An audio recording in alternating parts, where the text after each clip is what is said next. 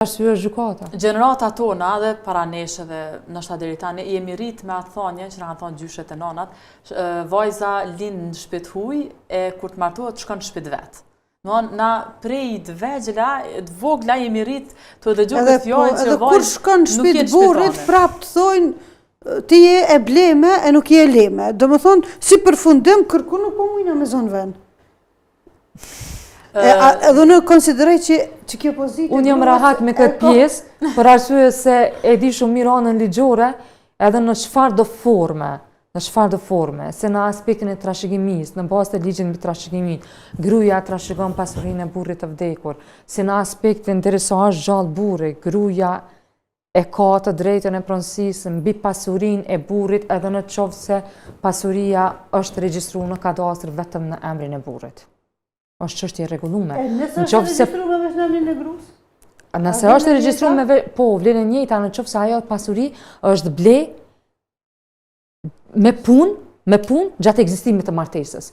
Kushti, pasuria duhet me qenë fituar gjatë ekzistimit të martesës, e që kjo provohet me certifikatën e martesës, lidhjes martesës, dhe kushti është që ajo pasuri nuk duhet me qenë e dhuruar, nuk duhet me qenë e trashëguar nga familja e burrit ose e gruas, nuk duhet me qenë pra dhurat, mirë po ose nuk duhet me qenë pasuri e veçantë, sepse ligji e dallon pasurinë e përbashkët të bashkëshortëve dhe pasurinë e veçantë.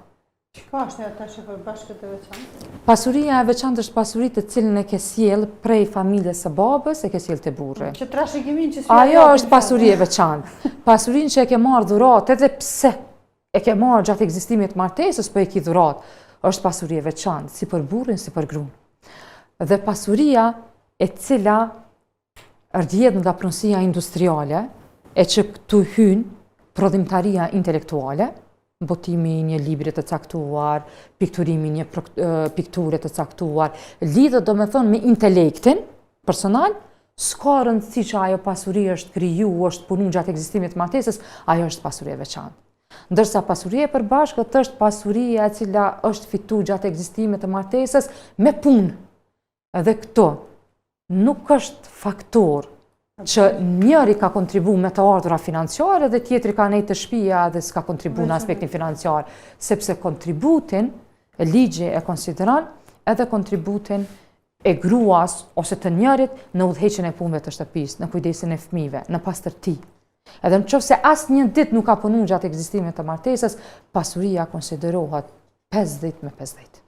Po më pëlqej ky lehtë se zakonisht burrat thonë që për shembull nëse gruaja ka nejtë të shtëpia, ky ka siguru tornat, ky është kujdes për tornat familjare, atëherë pasunia çu ka munduar mes burrit dhe gruas. Po nëse ky burr kemi pas një gru që është kujdes për shtëpinë, për ushqimin, për fëmin, asë kësë kështë mujtë me funksionu, so do është ose e marrë një shërptor, ose diçka ashtë kështu ka pas mi shku gjysma e pagës, ose nështë tam krejt gati.